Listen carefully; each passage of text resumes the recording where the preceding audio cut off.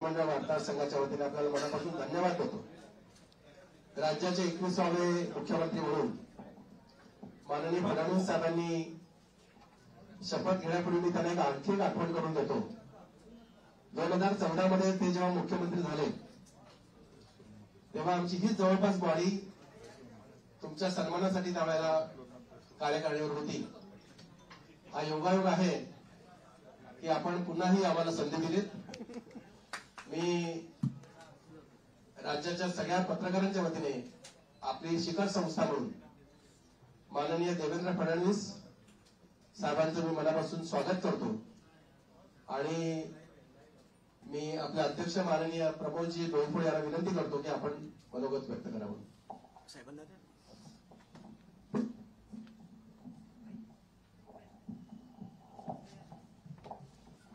जास्त काही वेळ घेणार नाही।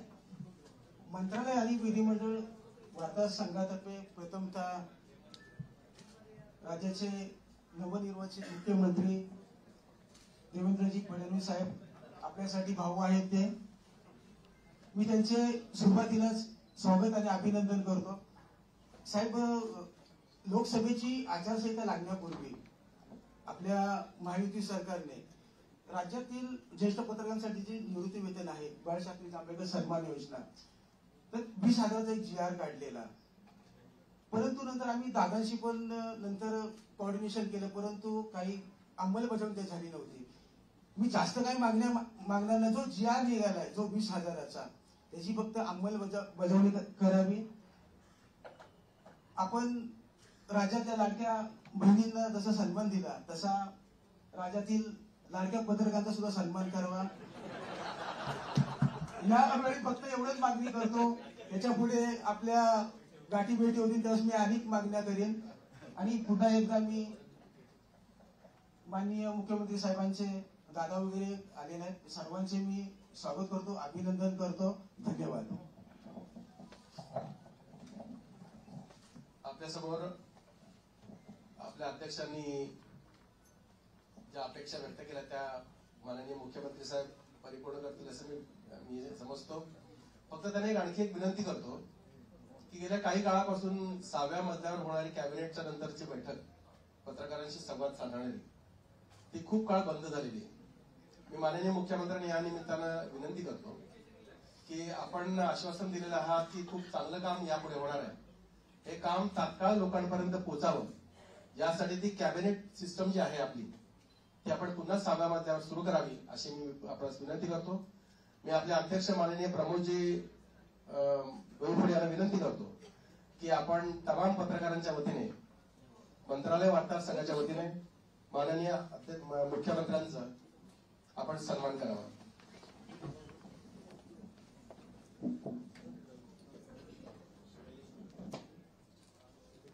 तिसरी वेळा मला ही संधी मिळते।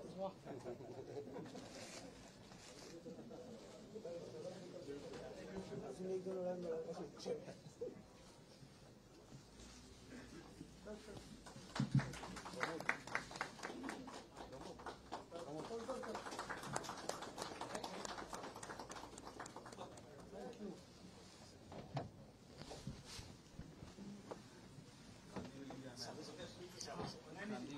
यस या पक्का अरे करा स्वागत काय बोलतात? अरे इथे ते म्हणतील ते करायचं आहे। हो नाही असं नाही। माननीय मुख्यमंत्र्यांच्या समवेत साहेब इथे आलेले आहेत। मी अध्यक्ष साहेबांना विनंती करतो आपण त्यांचा सन्मान करावा।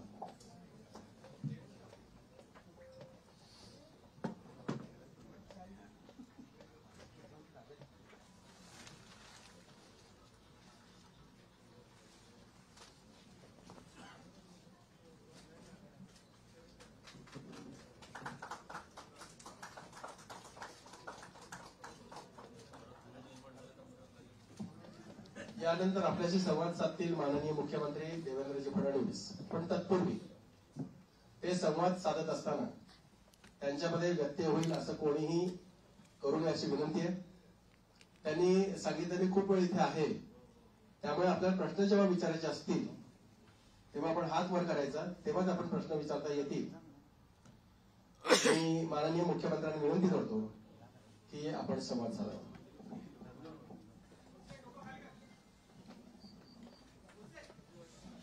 सर्वप्रथम मी मंत्रालय आणि विधिमंडळ वार्ताहर संघाचे अतिशय मनापासून आभार मानतो की आपण आजच शपथविधीनंतर या ठिकाणी मला निमंत्रित केलं आणि आपण सर्वांनी माझं स्वागत आणि सत्कार केला. त्याबद्दल मनापासून आपले आभार आहेत. आणि मगाशी प्रवीणजी आणि प्रमोदजी असं म्हणाले की जेव्हा जेव्हा त्यांची बॉडी असते तेव्हा तेव्हा मी मुख्यमंत्री होतो. 29ला तुमचीच बॉडी यावी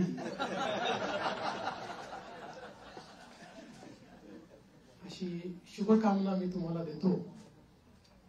खरं म्हणजे आपला हा संघ राज्याच्या आपल्या संपूर्ण लोकशाही व्यवस्थेतला एक अत्यंत महत्वाचा स्तंभ आहे. कारण विधिमंडळ आणि मंत्रालयातनं राज्याचा कारभार चालतो आणि तो योग्य प्रकारे चाललाय की नाही हे राज्यामध्ये सांगण्याचं काम तुम्ही करता. आणि जिथे काही चुका असतील त्या नजरेस आणून देतात, त्याच्यामुळे त्या चुका देखील सुधारता येतात. एखादी गोष्ट जी अतिशय जनोपयोगाची असेल ती जनतेपर्यंत पोहोचवण्याचा प्रयत्न देखील आपण करता. अर्थात कधी कधी एखादी गोष्ट आम्हालाही माहिती नसते आणि ती जनतेपर्यंत चालली जाते. मग लक्षात येतं की असं काहीतरी घडलेलं आहे आणि मग त्याचं फायर फायटिंग आम्हाला करावं लागतं. पण मला असं वाटतं की आपलं ते काम आहे आणि निश्चितपणे अतिशय चांगल्या प्रकारे आपण सर्व लोक ते करतात. गेली 2.5 वर्ष मुख्यमंत्री एकनाथराव शिंदेजींच्या नेतृत्वात आम्ही सरकार चालवलं आणि अतिशय गतिशील अशा प्रकारचे सरकार होतं. आज शपथविधीच्या निमित्ताने ज्यावेळेस आमची ऍडव्हर्टाइजमेंट चालली होती तर त्यात मला कोणीतरी विचारलं की महाराष्ट्र आता थांबणार नाही असं तुम्ही का म्हणताय. तर मी त्यांना समजावून सांगितलं 2.5 वर्षामध्ये महाराष्ट्राने विकासाची गती घेतली आहे. आता या गतीला आम्ही तसंच पुढे नेऊ. आता महाराष्ट्र थांबणार नाही. त्या गतीनं प्रगतीकडे महाराष्ट्र जाईल आणि पायाभूत क्षेत्र असो, सामाजिक क्षेत्र असो, उद्योगाचं क्षेत्र असो, प्रत्येक क्षेत्रामध्ये महाराष्ट्र अग्रणी राहील असा विश्वास या निमित्ताने मी व्यक्त करतोय. खरं म्हणजे जरी आमचे रोल बदलले असले, मी 14ला मुख्यमंत्री होतो, शिंदे साहेब आमच्या सोबत होते, 19ला 72 तासांकरता का होईना पण मी आणि अजितदादा मुख्यमंत्री आणि उपमुख्यमंत्री होतो. मग मागच्या काळामध्ये शिंदे साहेब मुख्यमंत्री होते, मी उपमुख्यमंत्री होतो आणि अजितदादाही उपमुख्यमंत्री होते. आता पुन्हा मी मुख्यमंत्री आहे आणि शिंदे साहेब उपमुख्यमंत्री आहेत, अजितदादाही उपमुख्यमंत्री आहेत. रोल जरी आमचे बदलले असले तरी देखील दिशा तीच राहणार आहे, गती तीच राहणार आहे, समन्वय देखील तोच राहणार आहे. त्यामुळे मला असं वाटतं की कुठेही याच्यामध्ये वेगळेपण हे आपल्याला पाहायला मिळणार नाही. मात्र आताच आमची जी पहिली मंत्रिमंडळाची बैठक झाली त्या बैठकीमध्ये आम्ही तिघांनीही सगळे जे आमचे अधिकारी आहेत त्या अधिकाऱ्यांना सांगितलं की मागच्या काळामध्ये पहिल्यांदा शिंदेजी आणि आम्ही आलो तर 50 ओव्हरची मॅच होती. मग अजितदादा जॉईन झाले तर काळ कमी असल्यामुळे 20-20ची मॅच होती. आता टेस्ट मॅच आहे, त्याच्यामुळे नीट योग्यपणे धोरणात्मक निर्णय घेत पुढची पायाभरणी योग्य प्रकारे करत आपल्याला राज्याला पुढे न्यायचं आहे. आणि मला विश्वास आहे की वेगवेगळ्या योजना आम्ही सुरू केलेल्या आहेत, वेगवेगळ्या पायाभूत गोष्टी आम्ही सुरू केल्या आहेत. मग इरिगेशन मधले नदीजोड प्रकल्प असतील किंवा ऊर्जा क्षेत्रामध्ये 16,000 मेगावॅटचे सौर ऊर्जेचे प्रकल्प असतील की ज्यातनं शेतकऱ्यांना दिवसा वीज मिळणार आहे, किंवा सामाजिक क्षेत्रातले लाडकी बहीण सारखे प्रकल्प असतील, मुलींच्या जी पूर्वी आम्ही 50% फी द्यायचो त्याच्याऐवजी 100% फी देण्याचा आमचा निर्णय असेल, असे हे जे वेगवेगळे निर्णय आहेत, हे निर्णय पुढे सुरूच ठेवायचे आहेत. आणि आमचा प्रयत्न हा असणार आहे की आम्ही आमच्या वचननाम्यामध्ये, जाहीरनाम्यामध्ये जी जी आश्वासनं दिलेली आहेत ती आश्वासनं पूर्ण करण्याच्या दृष्टीनं पावलं आम्हाला उचलायची आहेत. आणि त्या दृष्टीनं पुढच्या काळामध्ये आम्ही निश्चितपणे योग्य वेळी योग्य निर्णय करून दिलेली सगळी आश्वासनं पूर्ण करण्याचा प्रयत्न करणार आहोत.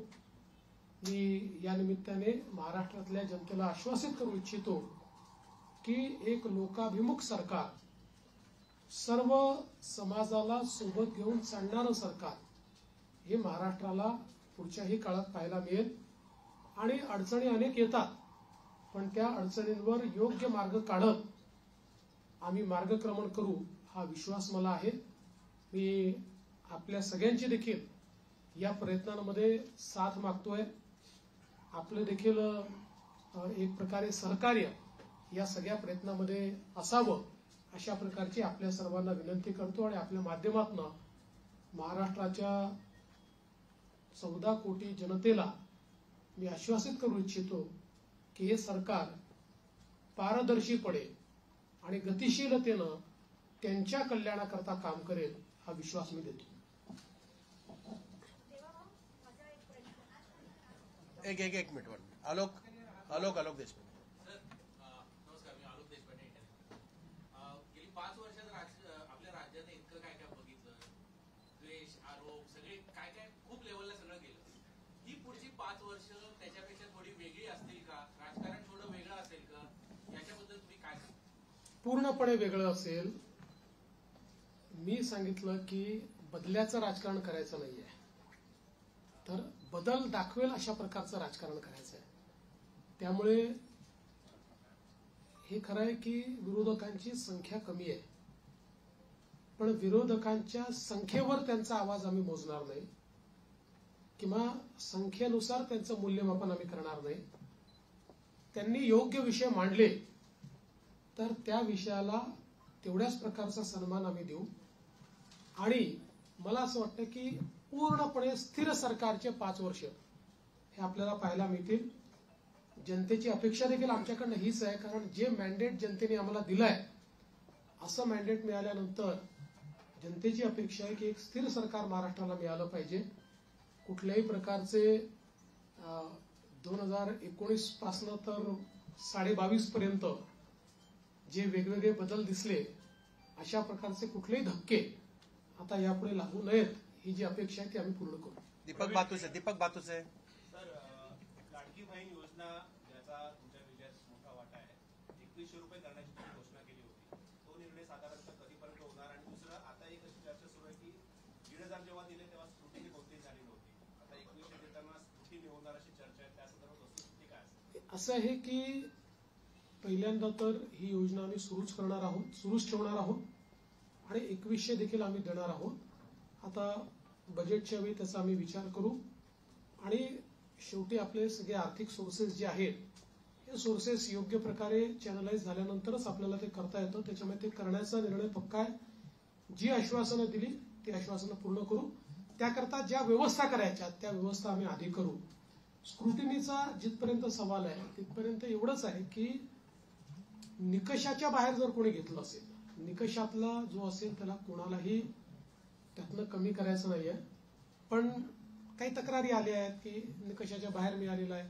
जसं आपल्याला कल्पना असेल की शेतकरी सन्मान योजना जेव्हा मोदीजींनी सुरू केली त्यावेळी पहिल्यांदा जे काही बेनिफिशियरीज होते लक्षात आलं की मोठ्या शेतकऱ्यांना देखील ते मिळालेलं आहे. मग नंतर त्यातल्या अनेक शेतकऱ्यांनी स्वतःच त्या ठिकाणी सांगितलं की आम्ही या निकषात बसत नाही. मला असं वाटतं त्यानंतर ती स्थिर झाली. अशाच प्रकारे जर ऍपरंटली या योजनेमध्ये काही ज्यांना आपण निकष त्या निकषाच्या बाहेरच्या आमच्या बहिणी मिळाल्या तर त्याचा पुनर्विचार होईल, पण सरसकट काही पुनर्विचार वगैरे करण्याचा विषय नाही. अभय देशपांडे. मंत्रिमंडळाचा सुद्धा विस्तार कधी होईल आणि विधानसभा अध्यक्षांची विधानसभा अध्यक्षाची निवड ही मुंबईच्या अधिवेशनातच आम्ही करू, कारण नियमच असा आहे की शपथ झाल्यानंतर अध्यक्षाची निवड करावी लागते. अध्यक्षांच्या निवडीनंतर राज्यपालांचं अभिभाषण करावं लागतं. त्यामुळे ती सगळी प्रोसेस आताच आम्ही मंत्रिमंडळाने शिफारस करून राज्यपालांना पाठवलेली आहे की 7, 8 आणि 9 या 3 दिवसात ही शपथ घ्यावी. 9 तारखेला स्पीकरचं निवडणूक करावी आणि 9ला आपण अभिभाषण करावं नियमानुसार. अशा प्रकारची शिफारस आता मंत्रिमंडळाने माननीय राज्यपालांना पाठवली. सोनू श्रीवास्तव. विस्ताराच्या संदर्भात मला असं वाटतं की जवळपास आमची प्रक्रिया झालेली आहे. माझा स्वतःचा अंदाज असा आहे की नागपूर अधिवेशनापूर्वी आम्ही विस्तार करू. सोनू श्रीवास्तव. मेरा सवाल है, सब कुछ चल रहा था तो इतना डिले क्यों हो गया और पोर्टफोलियो बनने में कहाँ दिक्कत थी कि आज भी मनोबल करना पड़ा? देखिए, ऐसा कोई डिले है ऐसा मैं नहीं मानता. इससे पहले भी 2004 में करीब 12-13 दिन का डिले हुआ था. 2009 में भी करीब 9 दिन का डिले था. तो कई बार हम लोगों को ये समझ लेना पड़ेगा कि कोएलिशन की गवर्नमेंट होती है तो उसमें बहुत निर्णय करने पड़ते हैं. एक पार्टी की सरकार होती है तो निर्णय एक ही पार्टी को करना है. कोएलिशन की गवर्नमेंट में बहुत बड़े पैमाने पर कंसल्टेशन करना पड़ता है. वो कंसल्टेशन हमने किया है. करीब करीब हमारे नंबर्स भी हमने फ्रीज किए हैं. वो कितने अभी हम नहीं बताएंगे, वो पार्टियां बताएंगी, इसलिए मुझे पूछो मत. और पोर्टफोलियो को भी अभी हम लोगों ने करीब करीब फाइनलाइज किया है. कुछ थोड़ा बचा है उसमें, वो भी कर लेंगे.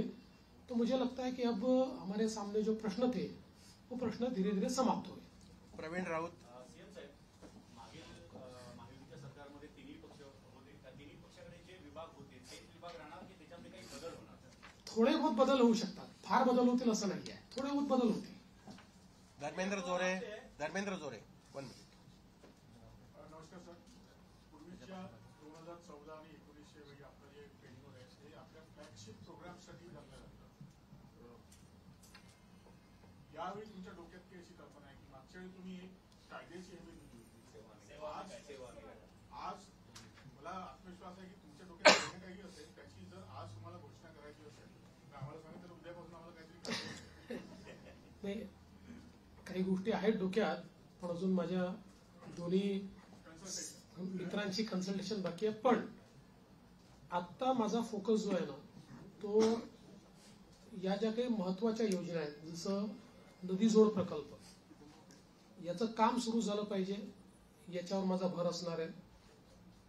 सौर ऊर्जेचे प्रकल्प आपण घेतले आहेत ज्याच्यामध्ये आता रोजची डिलिव्हरी सुरू झाली. आता 60 मेगावॅट तयार झाले, 100 मेगावॅट अजून तयार होत आहेत. कुठल्याही परिस्थितीमध्ये 2026 पर्यंत 16,000 मेगावॅटचे प्रकल्प पूर्ण करायचे आहेत. त्यामुळे ही जी कामं ऑलरेडी हातात घेतली की जी शाश्वत विकासाची कामं आहेत, ज्यातनं शेतकऱ्याचं कल्याण होणार आहे, राज्याचं कल्याण होणार आहे, हे आणि यातला प्रत्येक प्रकल्प असा आहे की ज्याचा नीट फॉलोअप करावा लागतो. आणि नुसते आपण टेंडर घेऊन टाकल्याने होत नाही. अडथळे येतात, ते अडथळे दूर करावे लागतात. त्यामुळे मागच्या काळातली जी आमची एक वॉररूमची पद्धत होती, माननीय शिंदे साहेबांनी देखील ती सुरू ठेवली होती, पण ती अधिक इफेक्टिव्ह कशी करता येईल असा माझा प्रयत्न असणार आहे की ज्यातनं किमान जे फ्लॅगशिप कार्यक्रम आहेत त्यांच्याकरता आपल्याला ही वॉररूमची अधिक त्याचा उपयोग कसा करता येईल. जलयुक्त शिवार सारखी योजना जी पुन्हा आम्ही गेल्या 2.5 वर्षामध्ये त्याला बळकटीकरण केलेलं आहे, या योजनेला अधिक वेगाने आपल्याला कसं करता येईल याचा प्रयत्न माझा असणार आहे. त्यामुळे एकूणच ज्याला आपण मूलभूत अशा प्रकारचे जे निर्णय असतात त्या निर्णयावर अधिक भर द्यायचा माझा प्रयत्न असेल. दिनेश मौर्या.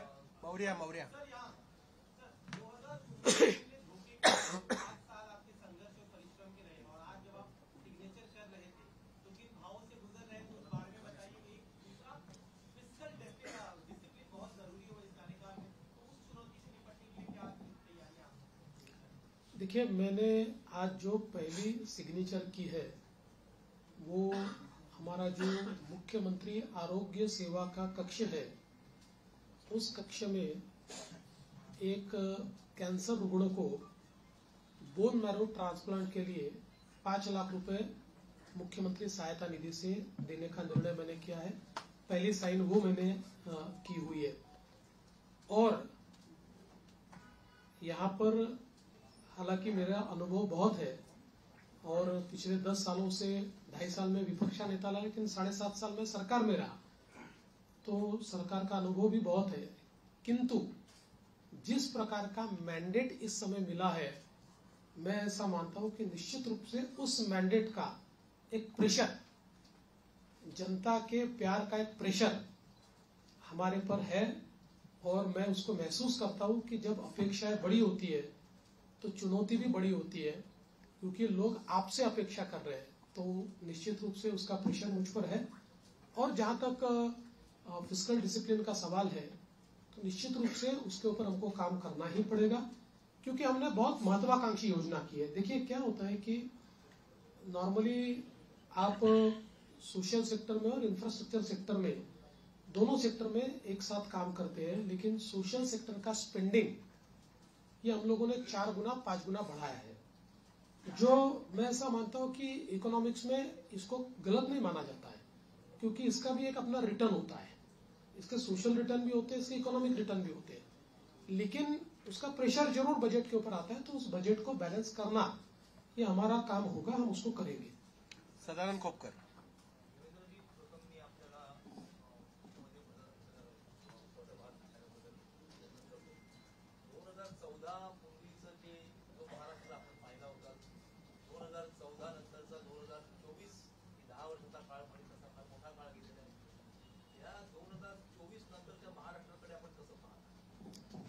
मला असं वाटतं की महाराष्ट्र वेगाने प्रगतीच करतो आहे, मात्र राजकीय संस्कृती जी महाराष्ट्रातली आहे त्याच्यावर पुनर्विचार करण्याची गरज ही सर्व पक्षांना आहे। महाराष्ट्रातलं जे राजकीय वातावरण होतं ते आपल्याला योग्य कसं करता येईल याचा प्रयत्न आपण केला पाहिजे। मी शपथविधीच्या निमित्ताने माननीय पवार साहेब असतील, माननीय उद्धवजी ठाकरे असतील, माननीय सुशीलकुमार शिंदेजी असतील, माननीय पृथ्वीराज चव्हाण साहेब असतील किंवा सन्माननीय राज ठाकरे साहेब असतील, अशा सगळ्या प्रमुख लोकांना त्या ठिकाणी स्वतः फोन करून त्यांना निमंत्रण दिलं। त्यातल्या प्रत्येकाने माझं अभिनंदन केलं, मला शुभेच्छा दिल्या। काही व्यक्तिगत कारणाने ती लोक येऊ शकले नाहीत, पण त्यांनी शुभेच्छा दिल्या। मला असं वाटतं की जो राजकीय संवाद महाराष्ट्रामध्ये आणि इतर राज्यांमध्ये आणि विशेषतः दक्षिणेच्या राज्यांमध्ये जे काही अंतर आहे ते हेच अंतर आहे की महाराष्ट्रात राजकीय संवाद हा कधी संपला नाही। आपण अनेक राज्यांमध्ये असं बघतो की 2 पक्षांमध्ये किंवा 2 नेत्यांमध्ये इतका विसंवाद असतो की हिंदीमध्ये ज्याला खून के प्यासे म्हणतो, अशा प्रकारची परिस्थिती आपल्याला पाहायला मिळते। ती महाराष्ट्रात नव्हती, आजही नाही आणि ते पुढे राहू नये हा माझा प्रयत्न असेल। याला जोडून फक्त तुम्ही राहाल नाही तर मी असं म्हणणाऱ्यांना काय उत्तर द्या? नाही, मी त्याच वेळेस सांगितलं होतं की राजकारणात सगळेच राहतात, तेही राहतील, मी राहील, आम्ही सगळेच राहणार आहोत। Sanjay Bapat, Sanjay Bapat, one minute. Sanjay Bapat, Sanjay Bapat, one minute. Sanjay Bapat, Sanjay 1 minute. Sanjay Bapat.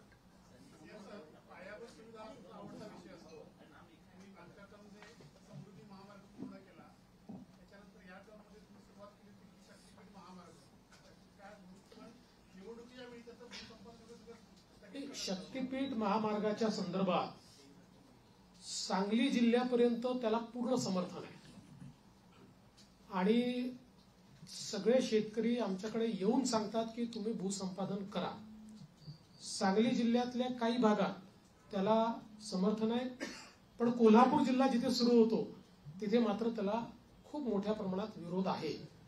आणि आम्ही ज्यावेळी समृद्धी महामार्ग केला त्यावेळी आम्ही विरोध पत्करून नाही केला, लोकांना समजावून केला।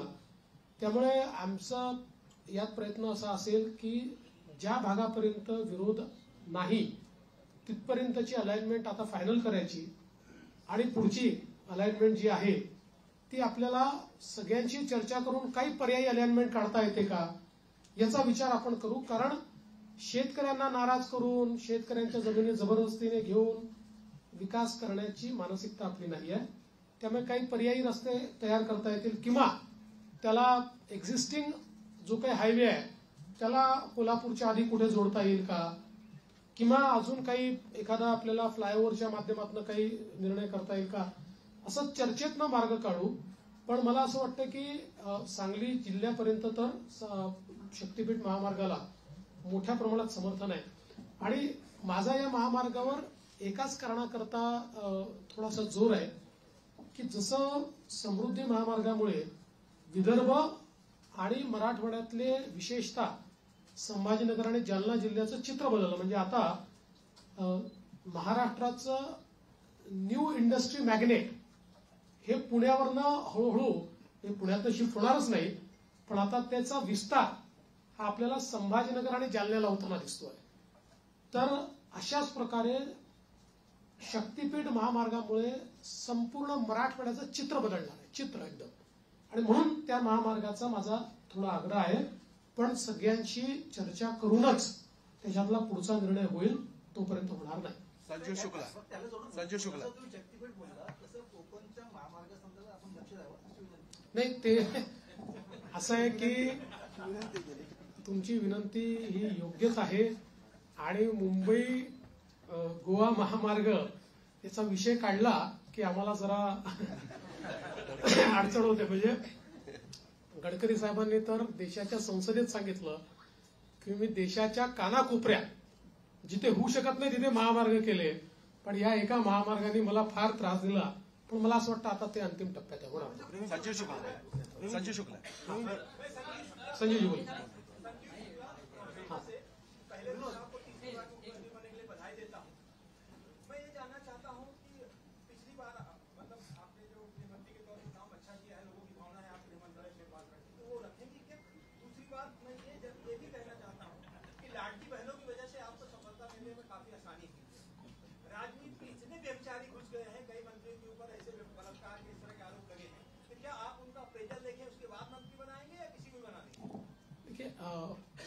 पहला जो आपका सवाल है उसमें कौन सा मंत्रालय किसके पास रहेगा ये अंतिम चरण में है.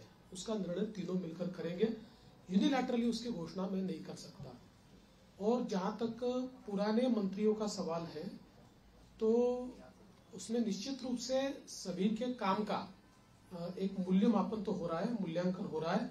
उस मूल्यांकन क्योंकि हमारे जो दोनों साथी है एकनाथ शिंदे जी ने भी और दादा ने भी, हम तीनों ने बैठकर ये तय किया है कि हम मूल्यांकन करेंगे, पुराने मंत्रियों के कामों का मूल्यांकन होगा, उसके आधार पर आगे का निर्णय होगा. और कई बार क्या होता है, देखिए जब मंत्रिमंडल बनता है तो रीजनल बैलेंसेस होते हैं, अलग अलग प्रकार के समाजों का प्रतिनिधित्व होता है. तो इसलिए मुझे ऐसा लगता है कि कई कुछ निर्णय ये देखकर भी हम लोग करेंगे कि भाई पिछले बार उन्होंने कैसा काम किया है. कई बार ये होता है कि किसी ने अच्छा काम भी किया होता है लेकिन रीजनल बैलेंस में क्योंकि 3 लोगों को मंत्री पद बांटने हैं तो आगे पीछे होता है. यदू जोशी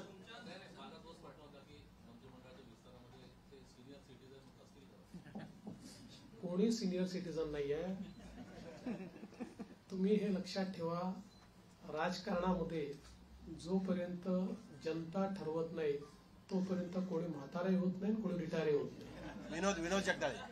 सर, मेरा सवाल ये है कि नई इंडस्ट्री लाने के लिए क्या प्रयास होंगे. और पिछले 2.5 साल में आपने देखा होगा कि विपक्ष हमेशा यही चिल्लाता रहा है कि सारे उद्योग गुजरात जा रहे हैं.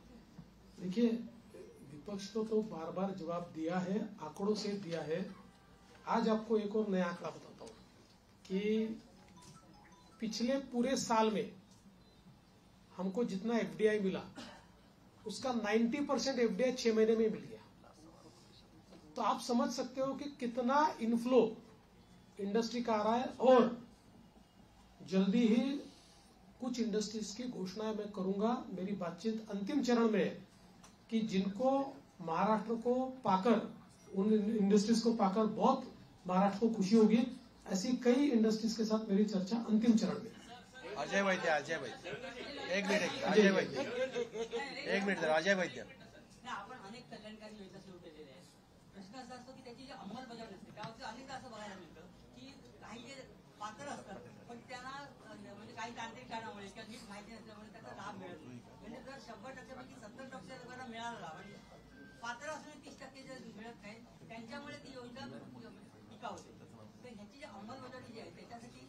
मॉनिटरिंग सिस्टीम अशी तुम्ही आता द्या, तुम्ही काही सजेशन द्या म्हणून मी सजेशन देतो. नाही, चांगलं आहे. आपण कराल का तुम्ही म्हणजे असं मॉनिटरिंग सिस्टीम असावी की की त्याचा एक स्वतंत्र खातं निर्माण करावं, त्याला एक कॅबिनेट दर्जाचे मंत्री असावे, त्यांना सगळ्या खात्यांना ऍक्सेस असावा आणि त्यामुळे जर त्यांनी जर असं मॉनिटरिंग केलं काय तर ह्या योजना खरोखर लोकांना त्याचा प्रत्यक्ष लाभ होऊ शकेल. आणि माझं एक सजेशन असं आहे की शिंदे साहेबांनी ह्या सगळ्या याच्यात जो हे केलेलं आहे ते शिंदे साहेबांकडे जर काम सोपवलं तर ते चांगल्या प्रकारे होऊ शकेल आणि चांगला त्यांना सगळे अधिकार द्यावे करायचं. आपली आणि सूचना या खात्याला शिवशाही खातं असं नाव द्यावं अशी माझी सूचना आहे. आपली सूचना चांगली आहे. मला असं वाटतं की याच्यामध्ये फायनान्शियल मॉनिटरिंग हे सीएजीच्या थ्रू होतं. सोशल ऑडिट करता आपल्याकडे कुठली यंत्रणा नाही आहे. या योजनांचं केवळ आपण फायनान्शियल ऑडिट करतो सीएजीच्या माध्यमातून. निश्चितपणे फ्लॅगशिप ज्या योजना आहेत याच्या सोशल ऑडिटची देखील काही व्यवस्था आम्ही उभी करू. सुरेंद्र गांगड एक मिनिट सुरेंद्र गांगड नाही, आता आपला निधी परत जात नाहीये, निधी आपण पूर्ण खर्च करतो. सुरेंद्र गांगड सुरेंद्र जरा एकच मिनिट एक 1 मिनिट सुरेंद्र गांगड. विरोधी पक्षनेते आहेत, विरोधी पक्ष असून हे लाडक्या बहिणींना त्यांचा आदर केला नाही. बऱ्याच जरी 10% एवढी त्यांची जरी हे नसली, 10% तरी काही राज्यांमध्ये तेवढे आमदार नसताना विरोधी पक्षनेते पण केला गेले. असा विचार आपल्याकडे एवढा बघा, हा निर्णय अध्यक्षांना करायचा. हा निर्णय काही सरकारचा निर्णय नसतो, हा अध्यक्षांचा निर्णय असतो. अध्यक्ष जो निर्णय करतील तो आम्हाला मान्य असेल. आपण हे बघितलं असेल की लोकसभेमध्ये जेव्हा विरोधी पक्षनेते पद नव्हतं 10 वर्ष, तरी देखील जो सर्वात मोठ्या पक्षाचा नेता होता त्याला विरोधी पक्षनेत्याप्रमाणे सगळे अधिकार लोकसभेने दिले होते किंवा सगळ्या प्रकारे त्या जागांवर जिथे स्टॅट्युटरीली विरोधी पक्षनेता असतो तिथे त्यांना इन्व्हॉल्व्ह करून घेतलं. या ठिकाणी अध्यक्ष जो निर्णय करतील आम्हाला तो मान्य असेल. त्यांनी जर ठरवलं की आपल्याला विरोधी पक्षनेता द्यायचा, आम्ही कधीच विरोध करणार नाही. तिथे कोणतरी लाडकी बहीण कोणतरी बोलते. हा येस एकच मिनिट काय शेवटचं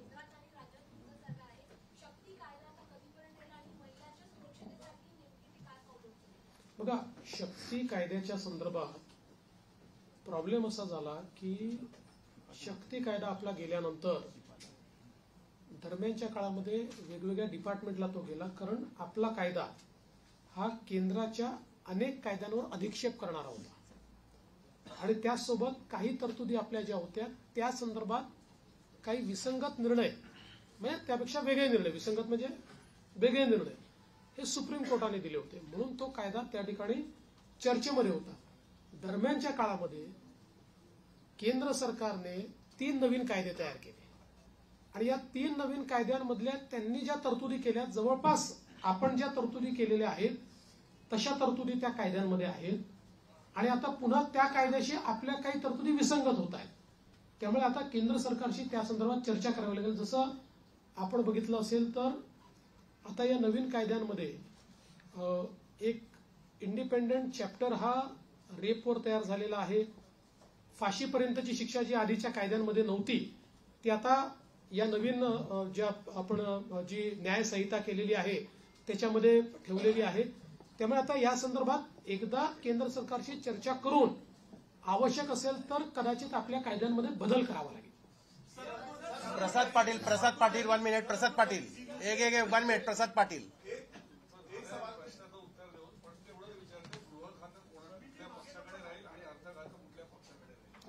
आता आम्ही तिघं मिळून ठरवू. आम्ही आता तिघं मिळून सरकार आहोत, त्यामुळे सरकारकडे राहील आणि सरकार चालवेल. येस एबीपी माझा.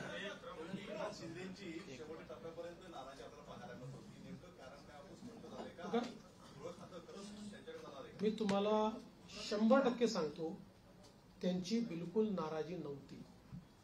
मी स्वतः त्यांना भेटलो होतो, त्यांची कुठलीही नाराजी त्याच्यामध्ये नव्हती. नाराजीच्या बातम्या जास्त चालल्या पण कुठलीही नाराजी नव्हती. उलट मी विनंती केल्यानंतर त्यांनी तात्काळ ते स्वीकार केलं. मी त्यांना विनंती केली की मी म्हटलं मागच्या काळात जेव्हा मला उपमुख्यमंत्री व्हायला सांगितलं त्यावेळी मला असं वाटत होतं की मी मुख्यमंत्री आहे तर मी उपमुख्यमंत्री होऊ नये. पण मला नंतर लक्षात आलं की जेव्हा अशा प्रकारचं अलायन्सचं सरकार असतं त्यावेळी प्रमुख व्यक्ती जर सरकारमध्ये नसला तर पक्ष आणि सरकार या दोघांचा समन्वय राहत नाही आणि त्यामुळे त्यांनी ते मान्य केलं. मला असं वाटतं की त्याच्या बातम्या जास्त चालल्या, म्हणजे आमच्यात तर कुठल्याही समन्वयाचा अभाव नव्हता. पांडुरंग मस्के मी पांडुरंग मस्के शेवटचा आता उदाहरणादाखल सांगतो की गिरीश महाजन समजवायला गेले. गिरीश महाजन समजवायला गेले नव्हते, गिरीश महाजन सहज भेटायला गेले होते. मला गिरीश महाजन त्यांना बाहेर आल्यावर समजलं. ते मला म्हणे, हो बातमी चालली आहे की मी समजवायला गेलो. म्हटलं कशाला गेले तुम्ही? पांडुरंग मस्के पांडुरंग चूंकि आसाम सरकार ने डीप बैंक किया है पूरे राज्य में, आपकी सरकार आज आई है, मैं जानना चाहता हूँ क्या आपकी एक महाराष्ट्र रसीद पेश करेगा या क्या आपका?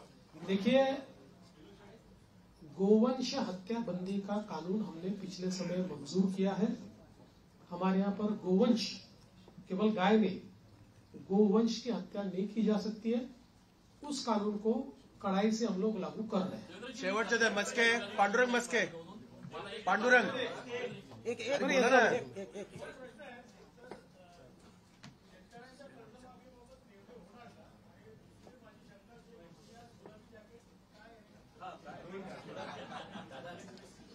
दादांनी शिवून दिलं. एक तो प्रश्न एक प्रश्न कर्जमाफीच्या संदर्भात जी आम्ही घोषणा केली आहे त्याची अंमलबजावणी करू. मुंबई के आसपास के कॉर्पोरेशन है, उसके सारे चुनाव 2-3 साल से पेंडिंग है. अब देखिए, सुप्रीम कोर्ट में वो अटके हैं, लेकिन हमारा प्रयास रहेगा. हमने पिछले भी समय सरकार की ओर से अर्जी लगाई थी कि इतने समय इसको पेंडिंग रखना ठीक नहीं है. सुप्रीम कोर्ट ने जो इंडिकेट हमको किया उसमें वो अभी कंटिन्यूस सुनवाई लेंगे ऐसा उन्होंने कहा है. हमारा प्रयास रहेगा कि जल्दी सुनवाई हो, क्योंकि केवल वहां नहीं, पूरे महाराष्ट्र में ये चुनाव बाकी है. और मैंने बार बार ये कहा है कि स्वस्थ लोकतंत्र के हिसाब से जो स्थानीय इकाई है उसका चुनाव होना बहुत जरूरी है. दीपक कैतके शेवटचा प्रश्न दीपक कैतके. सगळा संघर्षाचा प्रवास आम्ही बघितला, कव्हर पण केला. आज ज्यावेळेला आपण शपथविधीच्या वेळेला शपथ घेत होता त्यावेळेला नेमकी आपल्या मनात काय भावना होती, कारण काय नेमका काय वाटलं? मी एवढंच सांगू शकतो की आपल्या सगळ्यांना साईबाबांनी एक मंत्र दिलेला आहे, श्रद्धा आणि सबुरी.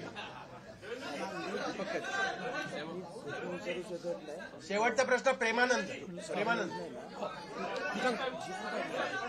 एक 1 मिनिट लास्ट प्रश्न. प्रेमानंद बरं ना या निवडणुकीतील आपला लोकसभेला घातला. 2014ला तुम्ही सांगितलं होतं की पहिल्या कॅबिनेटमध्ये धनगर आरक्षणाचा प्रश्न मार्गी लावणार. आता काय ठोस निर्णय होणार आहे का? असं आहे की त्याच्यानंतर मी राज्याच्या विधानसभेमध्ये त्याची वस्तुस्थिती मांडली होती की कशा प्रकारे ऑलरेडी त्याच्या आधीच्या सरकारने हे देता येत नाही अशा प्रकारचा अहवाल हा केंद्र सरकारला पाठवला होता. त्याच्यानंतर त्याच्यामध्ये बरीच कारवाई झाली. मध्यंतरीच्या काळामध्ये त्याची केस कोर्टामध्ये झाली. कोर्टामध्ये त्याला सपोर्टिंग ऍफिडेव्हिट्स आम्ही केले, परंतु एका कुठल्या तरी सर्टिफिकेटमुळे कोर्टाने त्याच्यात दुसरा निर्णय घेतला. नंतर ते सर्टिफिकेट बोगस असल्यामुळे ते सर्टिफिकेट आम्ही रद्द केलं. आता पुन्हा कोर्टाच्या विचाराधीन तो विषय आहे आणि कोर्टामध्ये योग्य ती बाजू आम्ही मांडलेली आहे. Last question. आणि मराठा आरक्षणाच्या संदर्भात निश्चितपणे मराठा समाजाला न्याय देण्याचा प्रयत्न मागच्याही काळात आम्हीच केला आणि पुढे आम्हीच मराठा समाजाला न्याय निश्चितपणे देऊ.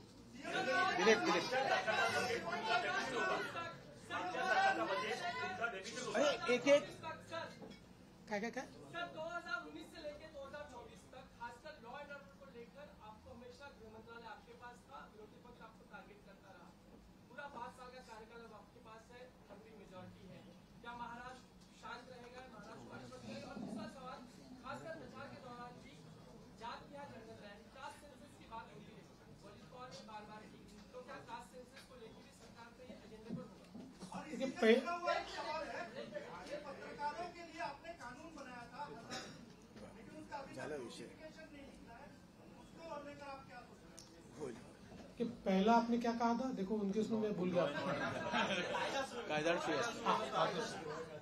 ऐसा है कि कोई भी गृह मंत्री बने तब भी उसको ये सारी चीजें सुननी पड़ती है, टीका होती है। गृह मंत्रालय ही ऐसा है कि जिसमें आपको धन्यवाद कम मिलते हैं, गाली ज्यादा मिलती है, लेकिन बावजूद उसके कन्विक्शन के साथ आपको ये मंत्रालय संभालना पड़ता है।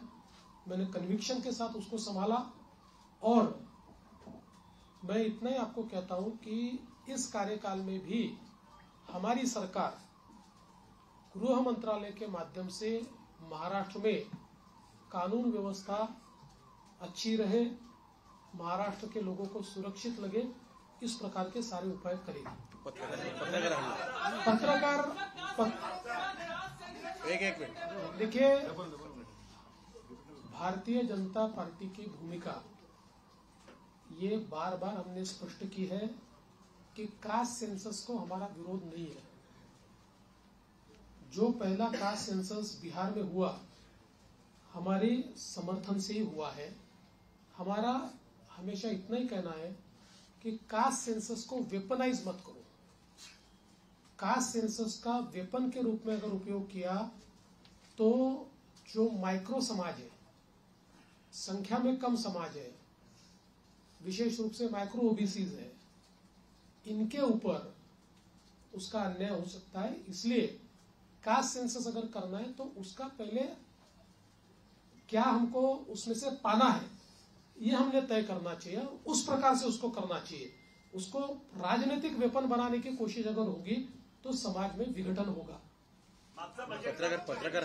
पत्रकार हल्ल्याच्या संदर्भात जी काही त्या कायद्याच्या संदर्भातली कारवाई बाकी आहे मी स्वतः लक्ष टाकीन त्याच्यामध्ये आणि आपण ते काम करू। आणि त्यासोबत पहिला प्रश्न जो अध्यक्षांनी या ठिकाणी मांडला होता की बाळशास्त्री जांभेकर जी आपली योजना आहे त्याच्यामध्ये आपण 20,000चा GR काढला, पण त्याच्या काही अटी शर्तीमुळे अंमलबजावणी होत नाही, तर पुढच्या आठवड्यातच त्या संदर्भातली कारवाई मी पूर्ण करेन। दिलीप जाधव मागचा बजेट आपला डेफिसिट होता आणि त्याच्यानंतर ज्या तुमच्या शेवटचा प्रश्न जाहीर केल्या त्यामुळे अधिकाऱ्यांनी सांगितलं की आम्हाला आर्थिक शिक्षा लावावी लागेल।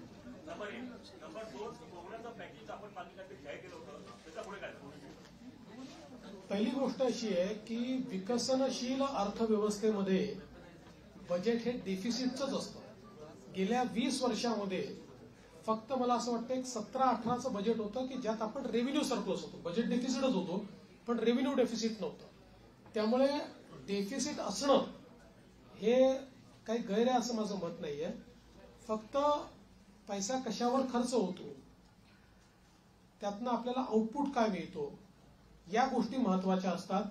आणि तुमचा डेट जीडीपी रेशिओ काय, जसं उदाहरणादाखल लोक सांगतात महाराष्ट्रात 7 लाख झालं, 7 लाख कोटी कर्ज झालं, पण महाराष्ट्राचा जो अर्थसंकल्प आहे किंवा महाराष्ट्राचा जो जीएसडीपी आहे तोही आता ½ ट्रिलियनच्या वर गेलेला आहे। त्याच्यामुळे त्याच्याशी जेव्हा तुम्ही कम्पेअर करता त्यावेळी इतर राज्यांच्या तुलनेमध्ये महाराष्ट्र हा आपल्याला चांगलाच दिसतो।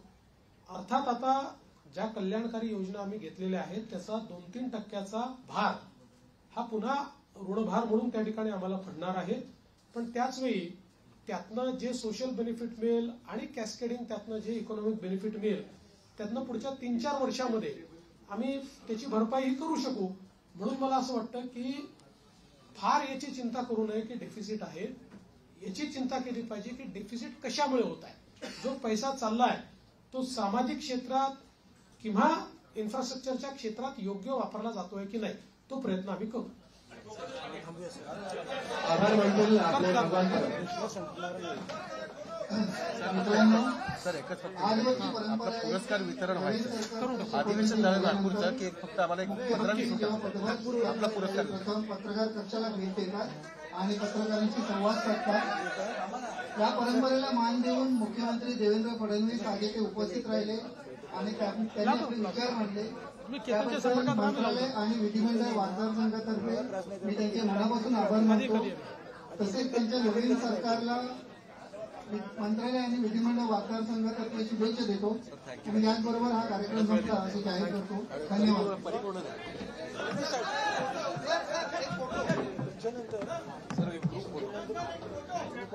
भगवान